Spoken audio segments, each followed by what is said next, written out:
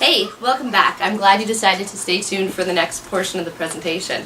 So, in this portion, we were going to talk a little bit about coping mechanisms and how we can apply them to our everyday life. Now, one of the things we were going to talk about was getting help.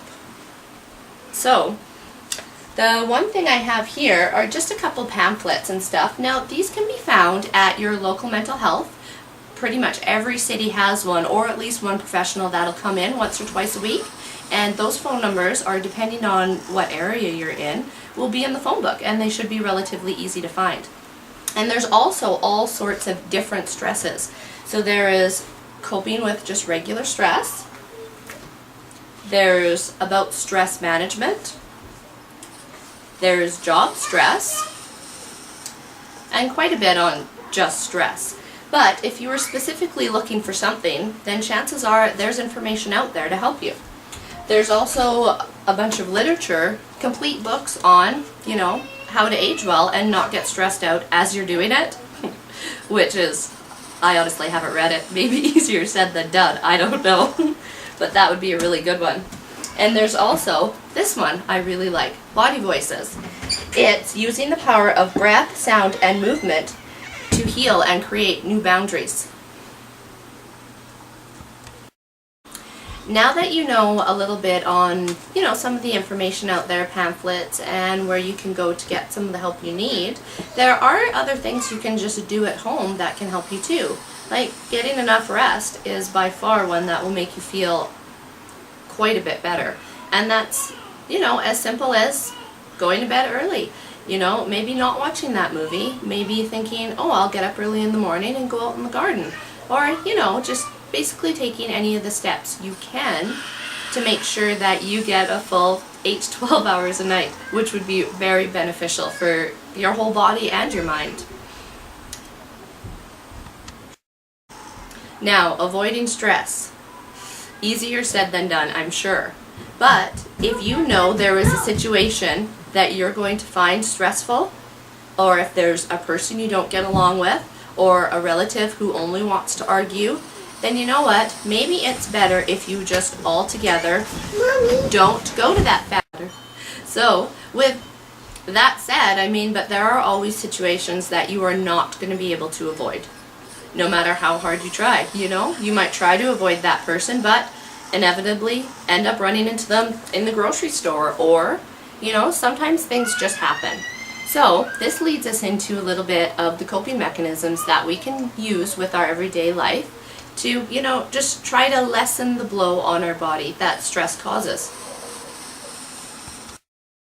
Now, since I'm not actually presenting to a group of people because, well, I'm in the middle of the country and don't have a whole group of people at my disposal, we are going to go through what kind of stresses are in my life and what I do every day to kind of cope with them. So right now we're going to a little bit about being realistic and not overloading yourself. Now, as you can see, I don't know where your lipstick is, sweetheart. Yes, we lost it at the theater. Now, some of the things in everyday life, like kids, are impossible to manage. And, I have to be realistic in the fact that they're not going to do everything I say, and they're not going to act how I ask them to act when I ask them to. See? Even right there is a perfect example. But I won't let the fact that he made funny voices on my video stress me out. I'll nod and smile and say, Caden's 8, and I'm not going to be able to avoid that. Now, and some of the other things with kids too, you can't overload yourself. Giving myself a million jobs, like making sure there's no clutter around, that the floors are constantly clean, that there's no dishes, all the laundry's done. It is just crazy, unrealistic, and I would be way overloaded and severely stressed out, let me tell you. Because these guys, I'm sure you well know, are, well, pretty messy. So why don't we walk over into the kitchen.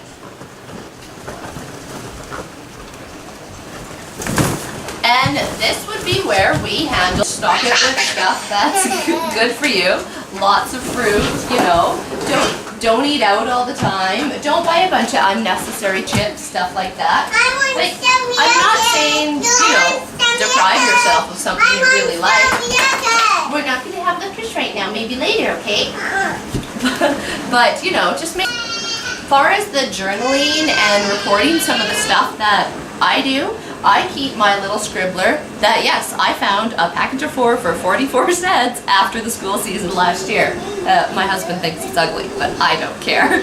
Because really, if something's really bugging me, if the kids knock over a plant or if a glass gets broken, by the time it takes me to walk across the house, write down what it is that bothered me, then I'm in a state of mind that I can cope and handle with whatever the incident was without overreacting, without yelling, without, being somebody that I don't want to be. So, and my other very favorite coping mechanism by far would be exercise. So come to my exercise room. Oh, there I go overloading myself fixing rugs. So in here would be where I spend, at least a couple hours a day, whether it be first thing in the morning before the kids are even up, and here's where I do a lot of reading on the elliptical, or if my husband and I get into a spat or something happens, even just a simple 5-minute run is all I need to clear my head to make me feel that much better. So, and we also have, this was actually a Christmas present from the wonderful husband that I fight with on occasion. It is just a pull-out weight system. What happened? What happened? You're okay. What happened? What happened? What's over? Yeah, are you okay now? You okay? Alright. So, anyway, and this does all sorts... Oh, are you still taping? Yeah. Oh, sorry guys. Anyway, this does all sorts of wonderful things that, can possibly help you relieve stress too. But again, that all depends on the type of person you are. If you are not an active person like I am, maybe something as simple as taking 5. Now, and taking 5 could possibly mean anything, It could be going to your room, laying down, setting the timer for 10 minutes, and having a nap. It could mean sitting on the couch and reading a nice book. It could also mean, going outside. It could also mean watching the birds. I have tons of hummingbirds that come to our window. Whether or not we get lucky enough to see one right now is, apparently not very lucky. But also another thing that I really enjoy doing, if the kids are really stressful, then you know what? My house overlooks every day, every season. And I couldn't ask for a more beautiful view. And just coming out here, even just sitting on my bum in the grass for 5 to 10 minutes is amazingly refreshing. Looking at our cattle across the creek right now, of course they're not always there, or some of the sandhill cranes we get, and even watching the other animals like bear, moose, or deer that just walk along the creek valley. It's a really, really beautiful and calming experience, and I wish everybody could have this, but unfortunately, some people in the city don't. But there are always parks and other recreation areas that are close that I definitely recommend that if you needed to, take a drive, sit out in the open, get some fresh air, some sun. You'd probably feel 100% better.